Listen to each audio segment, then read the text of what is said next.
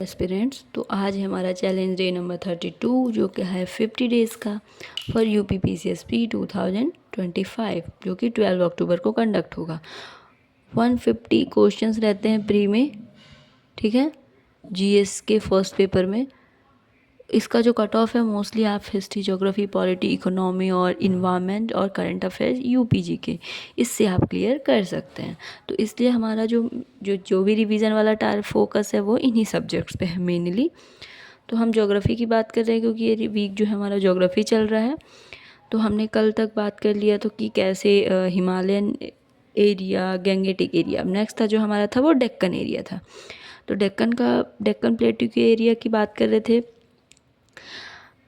अब तो जो डेक्कन प्लेट्यू में आता है वो आपका, उसमें झारखंड आ जाता है, बिहार आ जाता है। तो झारखंड बिहार में जो आ जाएगा तो उसका जो देखेंगे वो रवेदार रॉक्स से बना हुआ है। सॉइल जो है वो रेड है, येलो है एंड रेड सैंड भी है। सिंहभूम का जो एरिया है वो लाल तथा काली है। सिंहभूम झारखंड लाल तथा काली, घने तथा विरल। यहाँ पे मतलब डेंस भी है जो वेजिटेशन और शैरो भी है, मतलब वेजिटेशन मतलब विरल भी है। जो इस एरिया में जो मेनली आते हैं वो है रांची का प्लेट्यू, हज़ारीबाग, पुरुलिया एंड सिंहभूम। फिर आता है हमारा मध्य प्रदेश के बारे में। चंबल का इरोजन के कारण जो है यहाँ पे नदियों का काफ़ी ज़्यादा ऐसा एरिया है जो नदियों ने अपना एरिया छोड़ा हुआ है इरोजन के कारण। तो वो जो एरिया बन गया है वो है खंड तथा परित्यक्त, एबंडेंट। मध्य एमपी जो हैगा वो किसके विंध्य टू गोंडवाना के बीच का मिडिल है एरिया है। पतझड़ वन पाए जाते हैं यहाँ पे, साल के वृक्ष पाए जाते हैं एंड काली मिट्टी सॉइल मिलती है। इसमें आता है सागर का पठार, भोपाल का पठार एंड रतलाम का पठार। ये रिवीजन के पर्पज़ से बहुत इम्पॉर्टेंट है। और जो भी ये सॉइल वगैरह है, जब हम इसके भी इम्पोर्टेंस के बारे में पढ़ेंगे कि ब्लैक सॉइल में ही कॉटन क्यों होता है, पहाड़ी एरिया में इतना ज़्यादा फार्मिंग क्यों पॉसिबल नहीं है, या असम में ही चाय पत्ती क्यों होती है, या फिर एमपी में है जो दालें क्यों होती हैं, यूपी में जो है वो गेहूँ, चावल से रिलेटेड चीज़ें क्यों होती हैं, साउथ में पंजाब में चावल क्यों होने लगा, गन्ने का जो एरिया है वो यूपी क्यों है। ये सारी चीज़ें सॉइल पे, रेनफॉल पे डिपेंड करती हैं, लेकिन उसका जो मेन पार्ट होता है वो सॉइल होता है। तो हम उस पर भी बात करेंगे। तो पहले हम क्योंकि डिवीज़न फिजियोग्राफी की बात कर रहे हैं तो उससे रिलेटेड बातें हो रही हैं। ये आपको ये जो मैप है इसमें आपको क्लियर दिख जाएगा कि डेक्कन के एरिया में कौन कौन सा पार्ट आता है। जो हमारा नेक्स्ट है वो होगा जाएगा साउथ एमपी, मतलब दक्षिणी मध्य प्रदेश। वहाँ मिलता है हमें ब्लैक सॉइल, क्योंकि महाराष्ट्र के जैसे ऊपर है तो महाराष्ट्र तो ऑलमोस्ट डेक्कन प्लेट्यू का मेनली पार्ट है जहाँ पे वोल्केनो इरप्शन हुआ था, जिसकी वजह से ब्लैक सॉइल का ओरिजिन हुआ था। रेनफॉल जो है वो है 200 टू 300 सेंटीमीटर। इसके जो पार्ट आते हैं उसमें आता है विंध्य, सतपुड़ा, महानदी एंड दंडकारण्य का एरिया। फिर हम बात करेंगे महाराष्ट्र की। हाइट जो है उसकी 300 से 900 मीटर है। रेनफॉल जो है वो 80 टू 100 किलोमीटर सेंटीमीटर है, सॉरी किलोमीटर नहीं, सेंटीमीटर। कर्नाटका पे आ जाएंगे हम। यहाँ पे रवेदार चट्टानें पाई जाती है। रवेदार मतलब सेडिमेंट्री, जो कलेक्ट हो के इरोजन होता है तो उससे जो बालू निकलता है उसके कलेक्शन से। तुंगभद्रा जो रिवर है वो कर्नाटका को 2 पार्ट में डिवाइड करती है। रेनफॉल जो है वो ये है यहाँ की 80 सेंटीमीटर। नॉर्थ में ब्लैक सॉइल मिल जाएगी एंड साउथ में लैटेराइट, रेड सैंड एंड लाल दोमट। वेजिटेशन यहाँ की है जो सह्याद्री एरिया पे है, मालाबंद में ही अधिक घनी है, मतलब सह्याद्री एरिया में ही जो है ज़्यादा डेंस में है इसकी वेजिटेशन। जो हमारा तमिलनाडु का एरिया है वो कैम्ब्रियन एरा का है। कावेरी रिवर के बहाव मतलब फ्लो की वजह से जितना एरिया कवर होता है ये इसके लिए काफ़ी फ्रूटफुल है। वेस्टर्न जो एरिया है वो सह्याद्री एंड नीलगिरी माउंटेन के कारण, जैसे ये सह्याद्री एंड जो नीलगिरी माउंटेन के कारण जो है इसकी हाइट जो है वो 900 मीटर है। 80 टू 200 सेंटीमीटर रेनफॉल होता है। अब इस रीज़न क्यों है, क्योंकि ये इतना पहाड़ है, मानसूनल एरिया से शायद इतना रेन शैडो रीजन बन जाता है, रिटर्निंग में बारिश मिल जाती है इसको। आंध्र प्रदेश की बात करते हैं। आर्के नीरा की है, नेस रॉक्स यहाँ मिलती है। गोदावरी, कृष्णा एंड पेन्नार रिवर यहाँ की इम्पॉर्टेंट रिवर्स हैं जो इसके लिए फ्रूटफुल हैं। गहरी तथा हल्की काली सॉइल मिलती है यहाँ पे। एंड यहाँ का जो ऑटम वेजिटेशन मतलब पतझड़ वन है, टाइम से झड़ जाते हैं पत्ते और फिर वापस आ जाते हैं। मैं आपको प्री के सिलेबस के अकॉर्डिंग पढ़ा रही हूँ। तो अभी तक हमने क्या क्या कंप्लीट कर लिया, हमने इसकी ये पठार, प्लेटिव वगैरह, फिजियोग्राफी यूज़ कंप्लीट कर ली है। अपवाह तंत्र हमने पढ़ा ना, हिमालयन प्रायद्वीपीय अपवाह तंत्र। अब हम पढ़ेंगे नेक्स्ट जो है वो भारतीय जलवायु, इंडियन क्लाइमेट, मौसम, जलवायु और ऋतुएं, चक्रवात, वर्षा, प्रारूप, भारत की जलवायु क्षेत्र। मैप के थ्रू भी देखेंगे। ये है हमारा प्री का सिलेबस।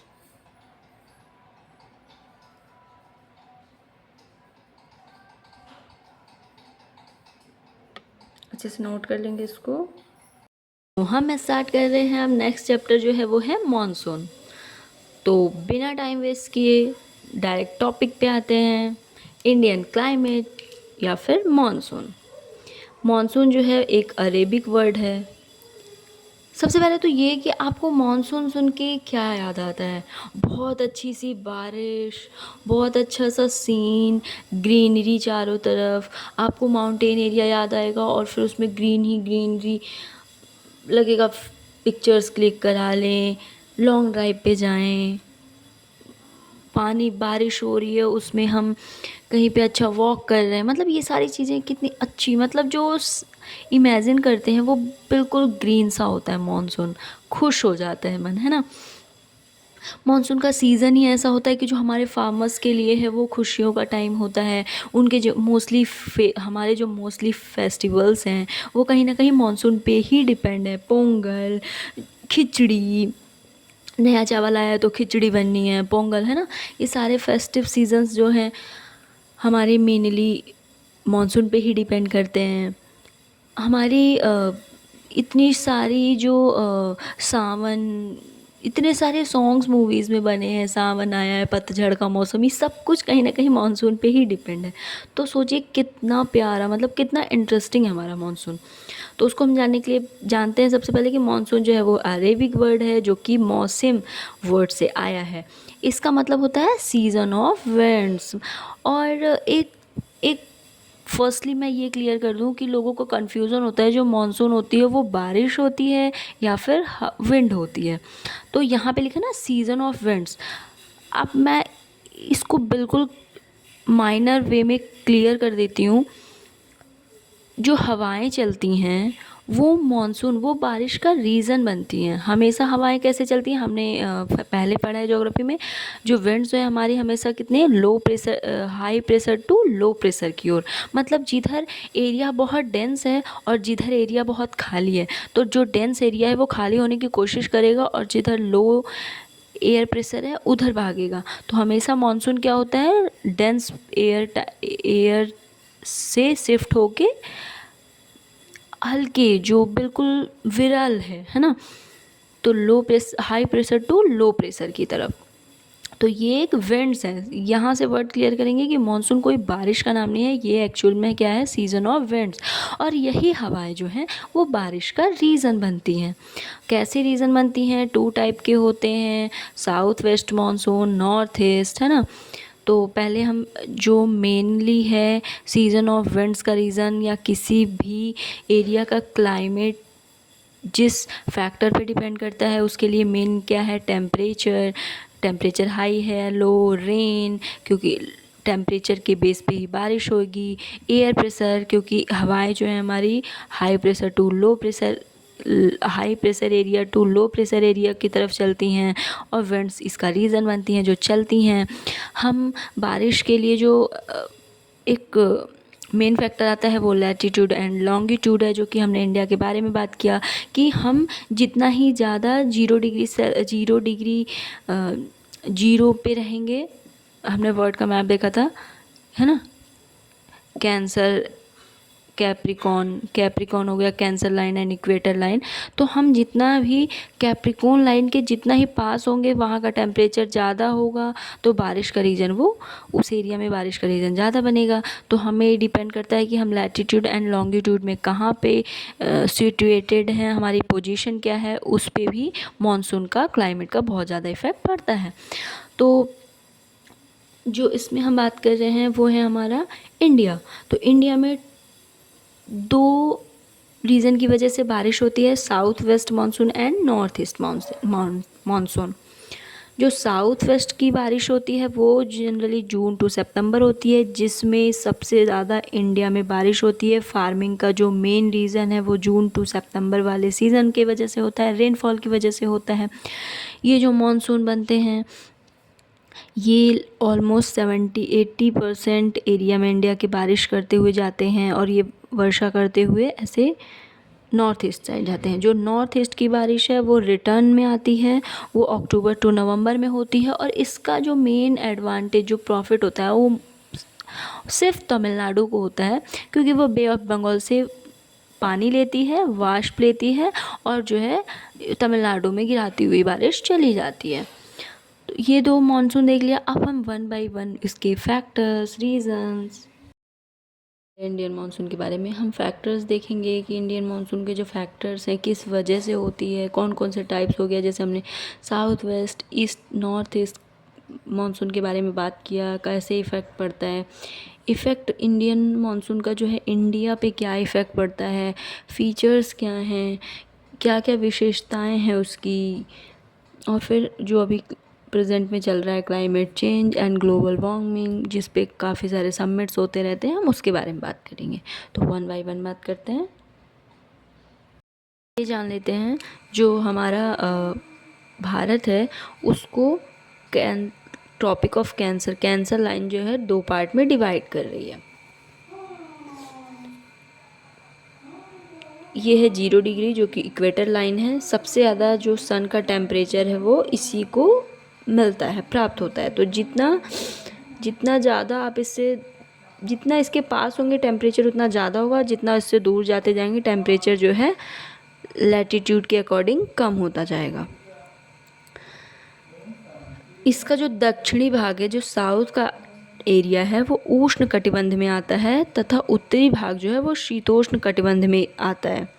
इसका क्योंकि हम जैसे जैसे ध्रुवों की तरफ, पोल की तरफ जाते जाएंगे, एरिया जो है ठंडा होता जाता है, टेम्परेचर जो है कम होता जाता है।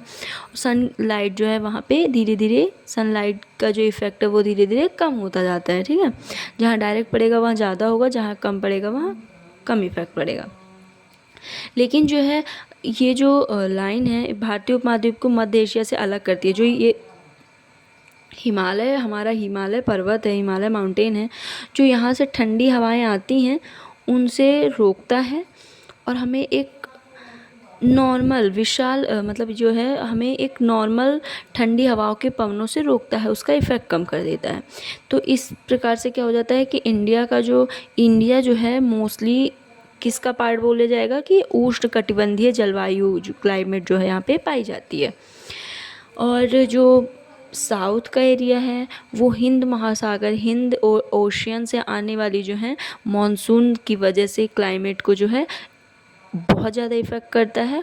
और बारिश मतलब मानसूनी जो जलवायु है, मानसूनी क्लाइमेट जो है इंडिया की, वो है हिंद ओशियन के मानसून के इफ़ेक्ट की वजह से। अब जो इंडियन क्लाइमेट को जो फैक्टर इफ़ेक्ट करते हैं, हम उनके बारे में बात करते हैं। बात कर लेते हैं जो फैक्टर्स मानसून पे इफ़ेक्ट डालते हैं। मानसून को इफ़ेक्ट करने वाले कारक, सबसे पहले पोजीशन, कि हम लैटीट्यूड में नॉर्थ में हैं, साउथ में हैं, लॉन्गिट्यूड में ईस्ट में हैं या वेस्ट में हैं। Because of sunrise in the east, so हमारे पास उतना, जितने ही हम सन के पास होंगे टेम्परेचर उतना ज़्यादा होगा। जितना हम इक्वेटर लाइन जो कि 0 डिग्री पे है, जैसे ही 0 डिग्री के आसपास अगर हम होंगे तो टेम्परेचर ज़्यादा होगा, और जैसे जैसे हम उसके पोल साइड जाते जाएंगे, चाहे वो नॉर्थ पोल हो चाहे साउथ पोल हो, वैसे वैसे टेम्परेचर कम होता जाता है। तो पोजीशन में हमने जाना, इंडिया का हमने लास्ट क्लास में देखा था, ओशियन से डिस्टेंस। क्योंकि ओशियन से डिस्टेंस इसलिए मैटर करता है, पानी जो है आप देखेंगे अगर बहुत बड़ा पानी, अगर पानी का बहुत ज़्यादा एक सोर्स है, पानी बहुत धीरे धीरे ठंडा होता है और बहुत धीरे धीरे गर्म होता है। आप देखेंगे गंगा जी जब जाएंगे तो, क्योंकि पानी कहीं ना कहीं एक पानी आपको कभी भी, गंगा जी आप जाते हैं कभी भी आपको पानी बहुत खौलता हुआ, मतलब बहुत बॉयल्ड या बहुत गर्म नहीं फील होता है ना, चाहे आप गर्मी में नहाएं या ठंडी में नहाएं। क्योंकि पानी का जो नेचर है, वाटर का जो नेचर है, वो ऑलमोस्ट सेम है। वो बहुत स्लो गर्म होता है, बहुत स्लो ठंडा होता है। आप ठंडियों में जाएंगे तो पानी आप फील करेंगे कि आपको जितना बाहर टेम्परेचर फील हो रहा है ना, पानी में जाने के बाद उतना एक बार एंटर करने के बाद उतना टेम्परेचर फील नहीं होता। अगेन अगर आप समर में आप गंगा जी में एंटर कर रहे हैं तो जितना आपको गर्मी बाहर लग रही है, एक बार पानी में एंटर होने के बाद आपको ठंडा फील होता है। तो वाटर का नेचर क्या हुआ, वाटर का नेचर एक नॉर्मल बिहेवियर, न्यूट्रल नहीं बोल सकते, बट इफ़ेक्ट थोड़ा बहुत पड़ता है, बट इतना नहीं पड़ता, ठीक है। तो ओशियन से डिस्टेंस क्या मैटर करेगा, अगर आप ओशियन के जितना पास है वहाँ का टेम्परेचर ऑलमोस्ट इक्वली सेम चलेगा। साउथ में आप देखेंगे विंटर सीज़न नहीं आता है। एक तो रीज़न इसका है कि इक्वेटर के पास पड़ता है, सेकंड जो रीज़न है वो वाटर की वजह से, क्योंकि जो हमारा, ये कुछ फैक्टर्स हो गए, फिर हम वन बाय वन को अच्छे से डिटेल में पढ़ेंगे। फिर हमारा हो गया नॉर्थ माउंटेन्स। अब हमें पता है कि नॉर्थ माउंटेन्स जो हिमालय रीजन है वो यहाँ से ठंडी हवाओं को रोकता है। तो हमारा जो ग्लेशियर बेस पे जो टेम्परेचर है उसके आधार पे ठंडा और गर्म का मौसम है यहाँ पे, ठीक है। टोपोग्राफी कैसे मानसून का इफ़ेक्ट करेगा, अगर कोई एरिया पानी से भरा हुआ है तो वहाँ से एयर पानी लेंगी, वाटर लेंगी और वो बारिश करेंगी। बट अगर कोई, अब जैसे कि राजस्थान हमारा ड्राई क्यों है, क्योंकि वो डिज़र्ट एरिया है, वहाँ पे पानी कम है और लैंड एरिया, बालू सैंड एरिया ज़्यादा है। जब उसके पास पानी नहीं है तो उसका जो एयर है वो ड्राई है, तो वो क्या बारिश करेगा, और जब बारिश नहीं होगी तो वेजिटेशन नहीं होगा। तो हमारा टोपोग्राफी ऐसे डिपेंड इफ़ेक्ट डालता है। मॉनसून मॉनसून वायु परिसंचरण एयर का जो है उस पर जो सबसे ज़्यादा इफेक्ट डालता है वो हमारा जेट स्ट्रीम है। हम जेट स्ट्रीम के भी बारे में बात करेंगे कि ये कैसे वर्क करता है। तो ये कुछ इंपॉर्टेंट फैक्टर्स हैं जिसके बारे में हम वन बाय वन बात कर लेते हैं, डिस्कस करेंगे कि कैसे सब कुछ इफेक्ट डालता है। तो हम सबसे पहले इंडिया की जो है पोजीशन और लैटिट्यूड के बारे में बात करते हैं। जैसा कि वर्ड में मैंने बताया, इक्वेटर ये हो गया कैंसर लाइन, और यहाँ पे है ये कैप्रिकॉर्न है, ये है इक्वेटर। तो इंडिया की जो पोजीशन है वो 8 degree 4 minute to 37 degree 6 minute north में है। 30 डिग्री, ये 0 डिग्री है तो 30 है ना, 23.5 डिग्री पे इंडिया है। कैंसर लाइन इसको दो पार्ट में डिवाइड करती है। नियर टू इक्वेटर लाइन, हम जो इक्वेटर लाइन भूमध्य रेखा के पास हैं, तो इसकी वजह से भी टेम्परेचर बहुत ज़्यादा होता है। और क्योंकि जो 0 डिग्री टू 10 इसके बीच में जो होता है वो उष्ण कटिबंधीय, वो बोलते हैं उसको उष्ण कटिबंधीय, ट्रॉपिक ऑफ, है ना। और जो इसकी 0-10 के ऊपर जो होता है वो हो जाता है हमारा शीतोष्ण में, मतलब शीत प्लस उष्ण, ठंडा भी और गर्म भी एरिया। तो हमारा जो नॉर्थ एरिया है वो जो हमारा वो गर्म शीतोष्ण में आ जाता है। तो इसकी वजह से इफ़ेक्ट कैसे पड़ता है कि जितनी ज़्यादा गर्मी होगी हवाएं उतनी ही ज़्यादा हाई प्रेशर से लो प्रेशर की तरफ आएंगी। हम गर्म एरिया में हैं तो टेम्परेचर ज़्यादा है, बारिश होने के चांसेस ज़्यादा हैं अगर पानी आसपास अवेलेबल है तो। जो हमारा साउथ है वहाँ पे बारिश हो जाती है क्योंकि गर्म एरिया है, लेकिन शीतोष्ण है तो वहाँ पे शीतकाल जो है हमारा वो शुष्क होता है, ड्राई होता है। तो ये हमारा हो गया position of latitude, position and latitude. अब हम डिस्टेंस फ्रॉम ओशियन पढ़ेंगे। तो आप इंडिया का ये मैप देखेंगे जब, तो आप देखेंगे Arab ocean, Hind ocean and bay of Bengal, तीनों तरफ से हम जो है वाटर एरिया से घिरे हुए हैं। वाटर मैंने बताया कि बहुत स्लो ठंडा होता है, बहुत स्लो जो है गर्म होता है। तो इसकी वजह से यहाँ का जो रीज़न है पेनिनसुलर रीज़न है, ये तो ऑलमोस्ट टेम्परेचर से इतना ज़्यादा इफ़ेक्ट नहीं करता, तो सम है इसकी जलवायु। बट जो हमारा इंटरनल पार्ट, जैसे जैसे हम अंदर जाते हैं तो हमारा जो ये वाला इंटरनल पार्ट हो गया, तो इसका नेचर जो है विषम है। मतलब अगर मौसम ठंडा है तो तुरंत ठंडा हो जाएगा, अगर मौसम गर्म है तो तुरंत गर्म है। नेचर जो है, अगर एयर का ठंडा है तो वो तुरंत ठंडा हो जाएगा, और गर्म है तो गर्म हो जाएगा। इसलिए आपका जो नेचर है वो विषम है। ये डिपेंड करता है कि एयर कौन सी है, लेकिन इस पे ये इतना इफेक्ट नहीं डाल पाता है। जैसा कि हमें पता है जो हमारा हिमालयन रीजन है वो ठंडी हवाओं को रोकता है, और सबसे बेस्ट पार्ट है कि जो मॉनसून आती हैं ये साउथ वेस्ट से, इनको भी रोकता है क्रॉस करके दूसरे बॉर्डर तक जाने के लिए। तो इसकी जो वर्षा होती है वो हमें, रेनफॉल हमें यहीं प्राप्त हो जाती है। तो इसका बहुत फ़ायदा है हमारे मॉनसून के लिए। एक फैक्टर तो ये भी है हमारे अच्छे मॉनसून का। जो नेक्स्ट है वो है हमारा टोपोग्राफी, स्थलाकृति। एक तरफ जो है हमारा जो हिमालय पर्वत है वो मॉनसून को जाने से रोकता है, ठीक है।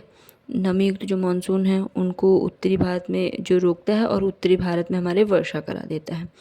मेघालय की जो पहाड़ियाँ हैं वो इतनी पतली हैं कि वो वर्षा सबसे ज़्यादा यहाँ होने का रीज़न है इनका कीपनुमा शेप, ठीक है। मानसून पवनों द्वारा विश्व की सबसे अधिक वर्षा यहीं होती है। अरावली पर्वत क्या है, इनके समानांतर है, तो ये राजस्थान को तो रेन शेडो रीजन बना देता है, मतलब वर्षा छाया क्षेत्र, और इसकी जो बारिश गिरती है वो यहाँ हो जाती है। अतः मानसून पवनों को रोकने के लिए असफल होता है, और लगभग सारा राजस्थान एक विस्तृत मरुस्थल है।